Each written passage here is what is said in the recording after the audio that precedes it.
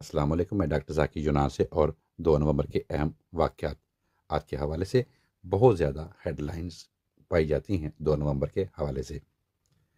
2 نومبر 1953 کو پاکستان اسلامی جمہوریہ ملک بن گیا۔ 2 نومبر 1958 میں معزول صدر پاکستان سکندر مرزا کو جلا وطن کر دیا گیا۔ 2 نومبر 1967 کو صدر ایوب خان نے P T V Karachi centre کا افتتاح کیا۔ 2 نومبر 1982 میں پاکستان اور بھارت کے درمیان جوائنٹ کمیشن بنانے پر اتفاق ہوا۔ 2 نومبر 1990 میں میر جام صادق علی کو سندھ اسمبلی میں قائد ایوان منتخب کر لیا گیا۔ 2 نومبر 683 میں یزید بن معاویہ کے لشکر کے ہاتھوں خانہ کعبہ کی مسماری کی گئی۔ 2 نومبر 2009 میں پاکستان کے شہر راولپنڈی میں چھونی کے علاقے میں شالیمار پلازا کی پارکنگ میں دہشت گردی کے خودکش حملے میں 33 افراد ہلاک ہوئے۔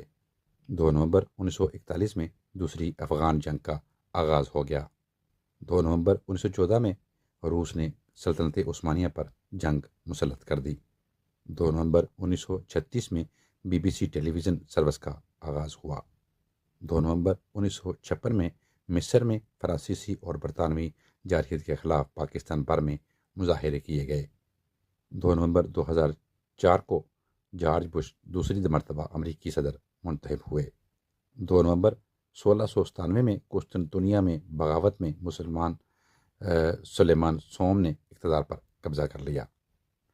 2 نومبر 1974 کو پلاسی کی لڑائی میں بنگال کے نواب سراج الدولہ حکومت کا آغاز کرنے والے لارڈ کلائیوا نے انگلینڈ میں خودکشی کر لی۔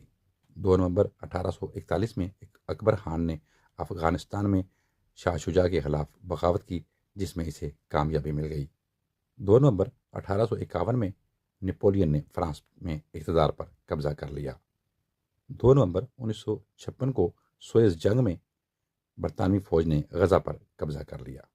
2 نومبر 1956 کو اسرائیل نے برطانوی فوج کے ساتھ ہونے کی وجہ سے غزہ اور شام دونوں پہ قبضہ کر لیا۔ 2 نومبر 1958 میں اردن سے برطانیہ کا آخری دستہ واپس چلا گیا۔ 2 نومبر 1964 کو شاہ فیصل سعودی عرب کے بادشاہ بنے۔ 2 نومبر 1988 کو میکسیکو ریڈیو اسٹیشن نے غلطی سے امریکی باکسر مائک ٹائسن کی کار حادثہ میں موت کی خبر نشر کر دی، جو کہ غلطی سے خبر نشر ہوئی تھی۔ 2 نومبر 1998 کو وسطی امریکہ میں آئے طوفان میں 900 افراد ہلاک ہو گئے۔ 2 نومبر صحافیوں کے ہر طبقے کی حقوق کی آواز بلند کرتا ہے، اور اس میں